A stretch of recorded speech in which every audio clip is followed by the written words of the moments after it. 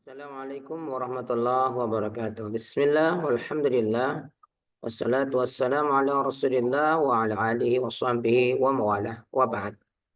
Segala puji bagi Allah subhanahu wa ta'ala yang telah memberikan kepada kita kesempatan untuk terus berkarya, dan karya kita akan bermanfaat untuk diri kita di dunia dan akhiratnya.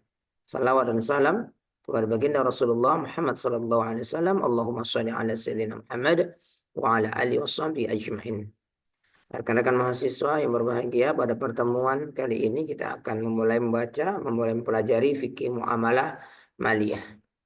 Pada segmen perdana ini, hal-hal yang perlu kita, atau pada segmen ini, hal-hal yang perlu kita garis bawahi, kita tandaskan adalah sebagai berikut.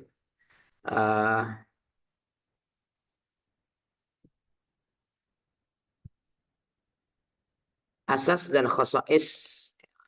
khasais muamalah maliyah di dalam Islam.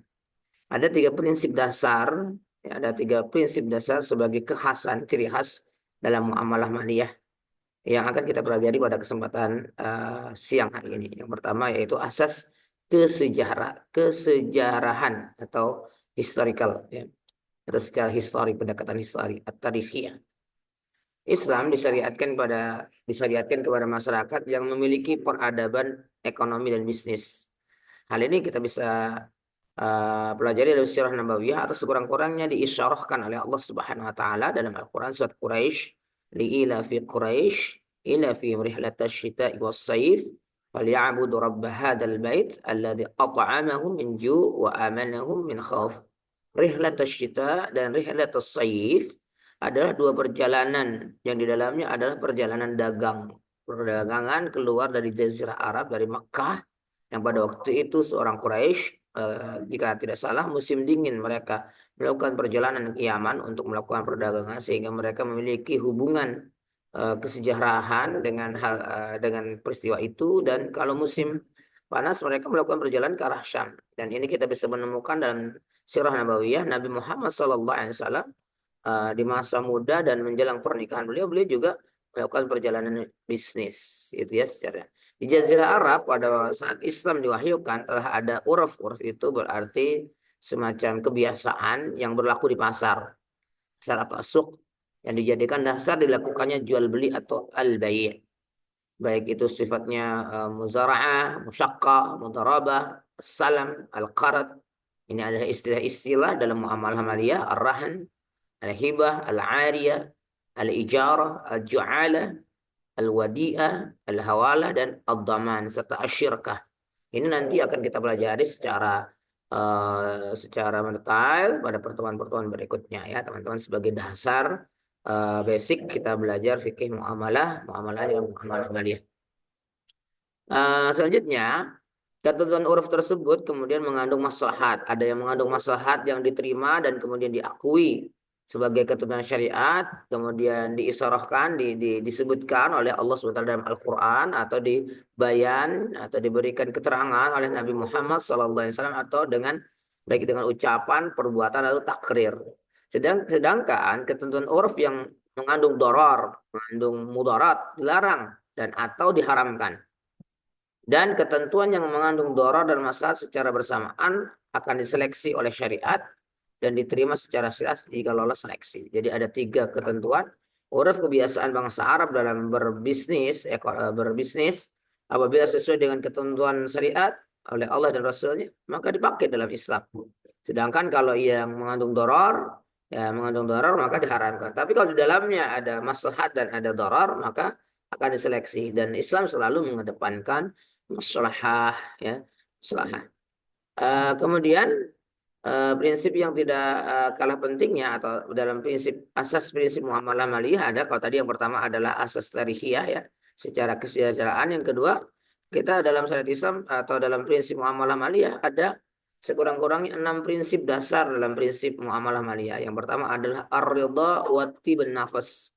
Ya, akad yang dilakukan oleh para pihak tidak sah kecuali dilakukan dasar kerelaan. Ini bisa kita lihat keterangannya dalam Al-Quran surat An-Nisa ayat 29 dan Al-Baqarah ayat 188. Nah, itu adalah ridha. Jadi melakukannya bukan karena keterpaksaan, ya. Bukan karena keterpaksaan, dilakukan atas dasar kerelaan dan mengerti ada maslahat di dalamnya. Sedangkan yang dimaksud dengan tibun nafs adalah seseorang melakukan akad berdasarkan kesenangannya atau berdasarkan apa namanya suasana hati yang senang. Sebagaimana hadis dalam Musnad Imam Ahmad menyatakan bahwasanya Rasulullah SAW bersabda, tidak halal harta seorang muslim kecuali atas dasar apa yang disukainya. Misalnya kita baru-baru ini dengar misalnya ada sertifikat ganda ya kan, yang satu didukung oleh perusahaan, yang satunya adalah perorangan. Makanya kemudian pihak perusahaan bisa menyewa menyewa pengacara atau advokat yang bisa memenangkan itu. Kemudian advokat mendatangi eh, pemilik daripada pemilik daripada Abi lagi bikin video dong, diam dulu dong, Dedek.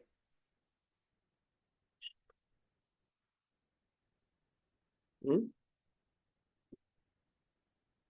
Kabur? Di mana kaburnya? Mana?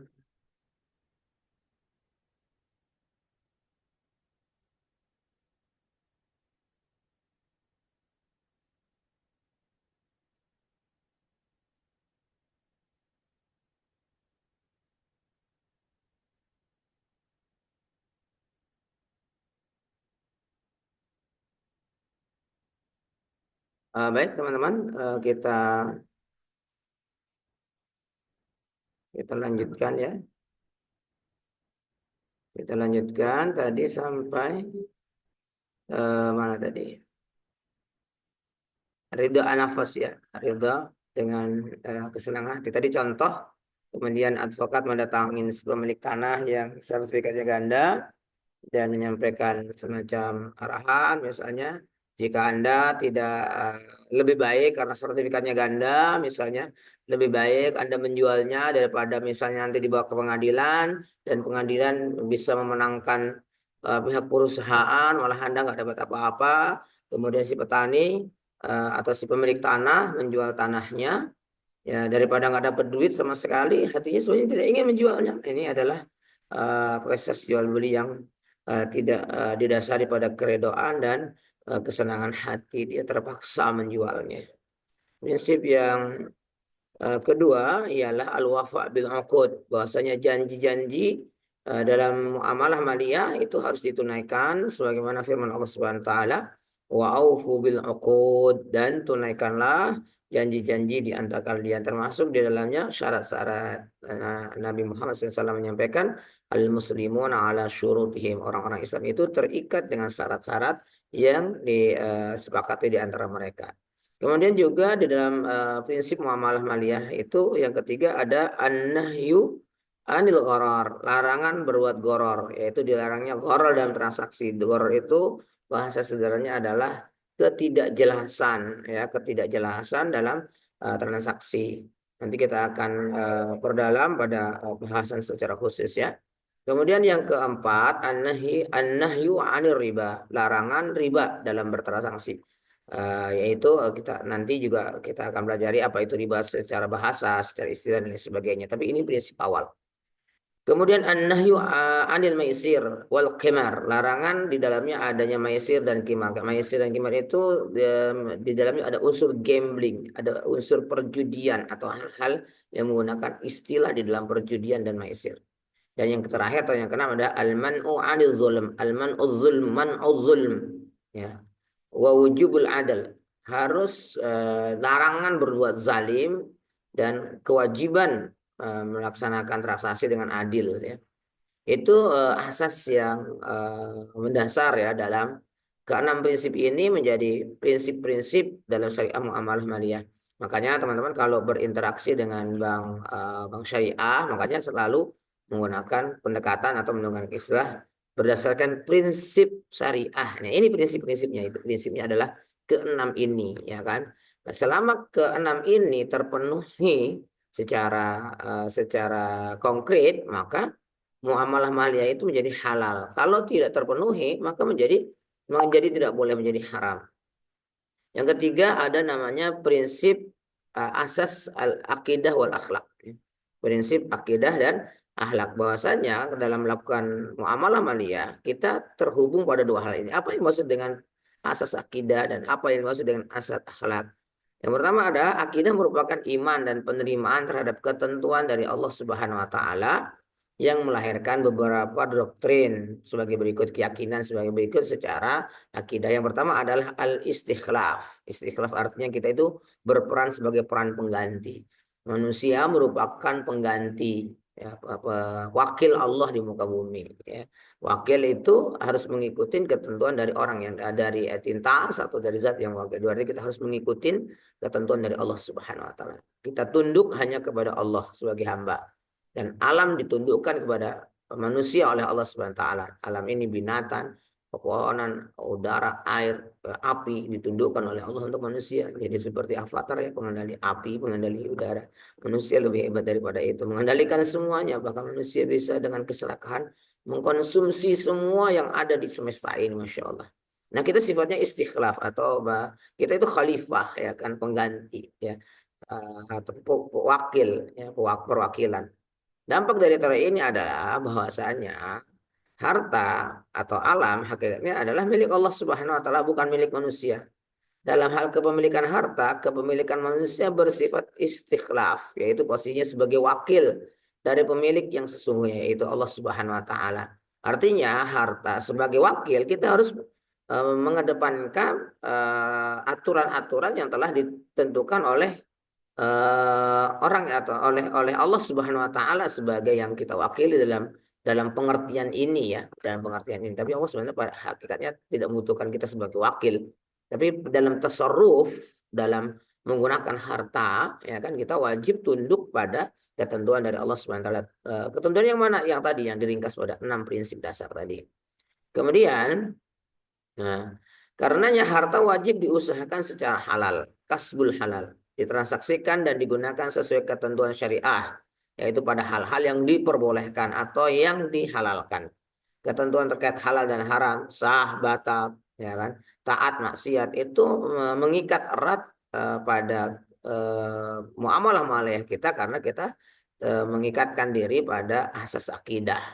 Dan apa saja yang dilakukan oleh manusia wajib dipertanggungjawabkan. Ada al-mas'uliyah kepada Allah Subhanahu wa taala. Makanya ada hadis la tazalu qadama 'abdin yaumal qiyamati hatta yus'ala an arba. Seseorang di hari kiamat nanti tidak akan bergeser kakinya sampai ditanya tentang 4 perkara.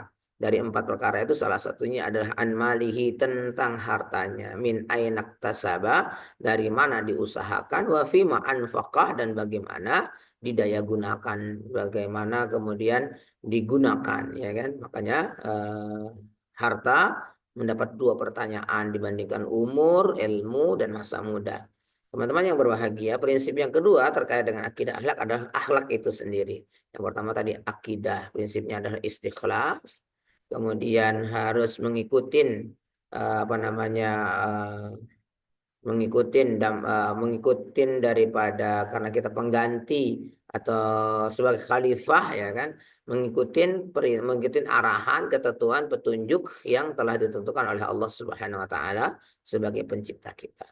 Yang bagian akhlak, asas akhlaknya ialah akhlak akhlak dalam ini kegiatan muamalah maliyah harus didasarkan pada satu al-hub, rasa cinta ya, kemudian ar-rahmah, kemudian atas samu, as-samaha atau as-samaha, tasamu atau as-samaha, toleran ya.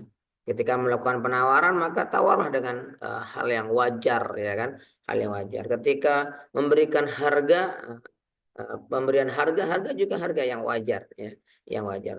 Walaupun ada suatu masa kita itu kehilangan kewajaran. Misalnya dulu ada apalagi tren batu akik ya kan, harganya bisa nggak masuk akal ya kan? Nggak masuk akal ya kan? Nggak masuk akal, itu termasuk hal yang dalam prinsip muamalah maliyah nanti kehilangan nilai intristik ya daripada batu itu. Buktinya sekarang harganya biasa-biasa aja. Dulu ada tanaman apa itu namanya, antorium atau apa itu ya, harganya menggila ya kan. Itu apa namanya, berdasarkan apa yang sebegitu itu ya. Itu tidak wajar ya, tidak wajar. Kemudian juga ketika melakukan penjualan, pembelian, penagihan, pembayaran utang sehingga terhindar dari sengketa, ya. Al-i'tida, ya. Kemudian ada penipuan, ghish, ya. Tidak boleh ada penipuan, kemudian tidak boleh ada ihtikar, penimbunan harta karena itu terkait dengan etika. Misalnya kemarin ketika misalnya dulu ketika ada COVID-19, orang menumpuk masker, ya kan, dia menjual masker atau menjual untuk mendapatkan keuntungan yang besar, menjual masker ke Singapura, ya kan, ber, berapa namanya berkontainer kontainer begitu wabah datang ke Indonesia melejit, ya, harga harga satu kotak masker itu yang biasanya 15 sampai 25 ribu bisa sampai ratusan ribu. Itu kan dampak dari ikhtikar yang dilakukan oleh sebagian orang atau melakukan penjualan tidak wajar, mengambil keuntungan. Itu kan berarti tidak menjaga etika, tidak sesuai dengan akhlak, nggak gitu ya. Atau kemarin misalnya ketika gas mahal, ya kan, tiba-tiba gas mahal, ditumpuk lah itu kan misalnya karena akan ada mendapatkan keuntungan, itu nggak boleh. Kemudian durhaka, ya, atau rian, juga tidak boleh ada kezaliman, az-zulm. Ini adalah tiga asas mendasar dalam kegiatan menjadi kekhasan daripada fikih muamalah maliyah di dalam Islam. Yang pertama tadi ada asas at-tarikhiyah, asas kesejarahan, asas sejarah, ya, terkait dengan sejarah atau historical. Yang kedua ada prinsip-prinsip yang harus dipegang, ya. Berdasarkan prinsip syariah yang tadi ada 6, ar-ridha wa tibun nafas, kemudian memenuhi janji, al-wafa bil uqud, ada larangan riba, larangan apa tadi, kemudian maisir, ya. 6 prinsip itu yang kemudian didasarkan. Yang terakhir adalah asas akidah wal akhlak. Baik teman-teman mahasiswa, silakan menyimak. Semoga-moga ini bisa membuka cakrawala kita di dalam melakukan pembelajaran tentang fikih muamalah. Wallahu a'lam bishawab. Jika ada pertanyaan bisa disampaikan di kolom chat atau di komentar atau bisa ke WA ke nomor saya atau bisa ditanyakan juga saat nanti ada pertemuan secara offline. Terima kasih. Wabillahi taufiq wal hidayah. Mohon maaf ada sedikit gangguannya. Lagi perekamannya tadi ada putar tercinta saya. Mohon izin. Assalamualaikum warahmatullahi wabarakatuh.